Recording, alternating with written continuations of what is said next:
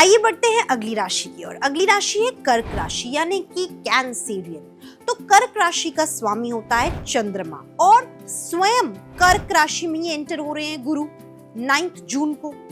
तो इसका क्या मतलब होता है दोस्तों, जब गुरु चंद्रमा के साथ कर्क राशि में ही विराजमान होंगे तो गज केशरी योग की स्थापना होगी, यानी कि धन वर्षा हो। तो वैसे तो ये योग सबके लिए सामान्य है, सबके लिए बनेगा, पर क्योंकि कर्क राशि में ही बन रहा है तो जिनकी राशि कर्क है यानी कि वैदिक दृष्टिकोण से जिनका चंद्रमा कर्क राशि में लग्न कुंडली में बैठा हुआ है, इसका ये मतलब है वो कर्क राशि को बिलोंग करते हैं। तो ऐसे लोगों के लिए धन वर्षा हो सकती है, अचानक से धन कहीं से आ सकता है क्योंकि गज केशरी योग स्थापित हो रहा है आपकी कुंडली।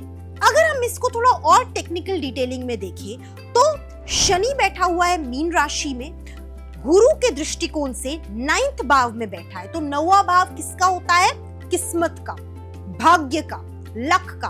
तो लक आपके साथ है, भाग्य आपके साथ है, किस्मत आपके साथ है, लेकिन आपने सिर्फ अपनी इंट्यूशन को फॉलो करना है। जो आपकी अंतरात्मा आवाज देती है उसे फॉलो करना है। लोगों की बातों में नहीं आना, कान के कच्चे नहीं बनना कि कोई कुछ कह रहा है तो उसकी बातों में आ गए, नहीं।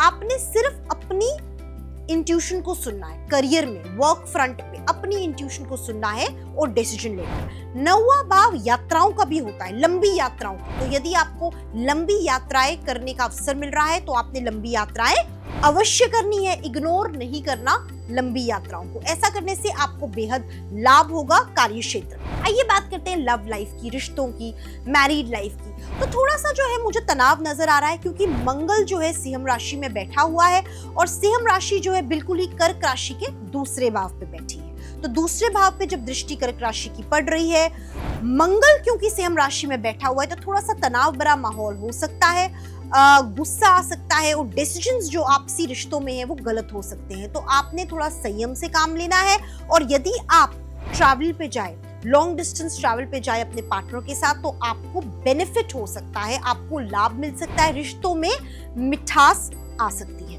पारिवारिक जीवन की मैं बात करूं, माता पिता की बात करूं तो थोड़ा सा तनाव उनके साथ भी हो सकता है क्योंकि सूर्य जो है बुध के साथ बैठा हुआ है जेमिनी राशि में। तो थोड़ा सा तनाव हो सकता है क्योंकि 12वें घर पे कर्क राशि से बैठा हुआ है सूर्य और बुध। तो थोड़ी सी वाणी में आपको मधुरता लाने की आवश्यकता है क्योंकि बुध जो है वाणी का प्रतीक है, सूर्य जो है पिता का प्रतीक है। तो पिता के साथ कठोर व्यवहार नहीं करना है। उम्र में बड़े लोगों की इज्जत करनी है, चाहे वो गलत ही क्यों ना हो। आपने उन्हें इस महीने बहुत ज्यादा रिस्पेक्ट देनी है, उनका आशीर्वाद लेना है। आइए अब चर्चा करते हैं सेहत की। जब मैं सेहत की बात करूं तो सबसे पहले आपकी जो नजरें हैं, जो आंखें हैं, वो सूर्य ग्रह उसे रिप्रेजेंट करता है और सूर्य ग्रह जो है 12वें भाव में यानी कि लॉस के भाव में बैठा हुआ है कर्क राशि से अगर देखा जाए तो आपने क्या करना है, क्योंकि सूर्य ग्रह जेमिनी में ट्रांजिट करेगा और जेमिनी कर्क राशि से 12वें स्थान पे बैठी हुई है। तो क्योंकि लॉस ना हो आपने आंखों का चेकअप कराना है, अच्छा डाइट खाना है, आंखों का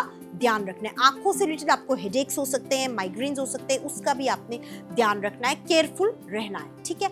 और आपने घुटनों और पैरों का भी ध्यान रखना है क्योंकि सूर्य के साथ बुध भी बैठा हुआ है, 12वें स्थान पे बैठा हुआ है, 12वें भाव पे बैठा है। तो आपने घुटनों और पैरों का भी सेहत में ध्यान रखना है।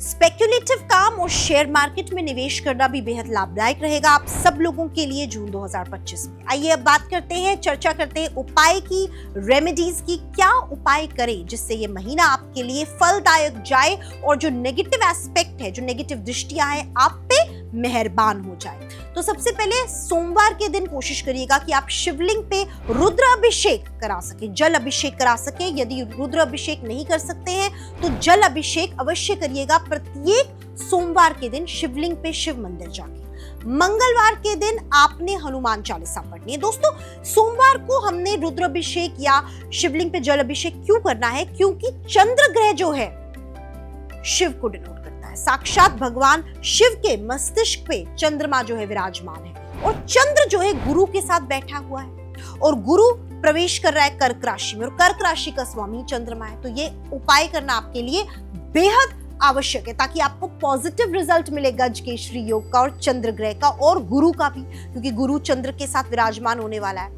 इसी के साथ साथ अब बढ़ते मंगलवार की ओर। मंगलवार के दिन आपने हनुमान चालीसा अवश्य पढ़नी है। मिनिमम 2 बार पढ़नी है, ज्यादा बार आप पढ़ सकते हैं, मिनिमम आपने 2 टाइम्स पढ़नी है, क्योंकि मंगल ग्रह जो है लियो राशि में जाने वाला है, सिंह राशि में जाने वाला है और दूसरे भाव पे है कर्क राशि से, तो ये उपाय करना भी अति आवश्यक है आपके लिए। थर्सडे को यानी कि गुरुवार के दिन आपने पीपल के पेड़ को जल चढ़ाना है, क्योंकि बृहस्पतिवार जो है उसका स्वामी होता है गुरु, और गुरु जो है प्रवेश कर रहा है कर्क राशि में, और कर्क राशि की ही हम चर्चा कर रहे हैं। तो ये उपाय जब आप करेंगे जून 2025 आपके लिए बेहद लाभदायक जाएगा। यदि आप चाहते हैं कि मैं वीडियो बनाऊं आपके पसंदीदा कंटेंट पे, तो कमेंट करके बताइएगा कि क्या परेशानी है आपकी, किस समस्या से जूझ रहे हैं आप। पर्सनल प्रॉब्लम्स भी आप अपनी कमेंट में लिख सकते हैं, और हमारे चैनल को सब्सक्राइब करिए, फॉलो करिए, लाइक करिए, ताकि मेरी नोटिफिकेशंस यानी कि पी शिल्पाधर एस्ट्रो चैनल की नोटिफिकेशंस आपके फोन में आती रहे। ज्यादा डिस्टर्ब नहीं करेंगे आपको, बट आपके भले के लिए ये नोटिफिकेशंस आने वाली है, क्योंकि आप सतर्क रहेंगे, आने वाले समय के लिए उपाय करेंगे। और आप इस वीडियो की जो लिंक है शेयर करिए अपने व्हाट्सएप स्टेटस पे, Instagram, Facebook, social media platforms पे, ताकि जो बाकी लोग हैं उनका भी भला हो सके।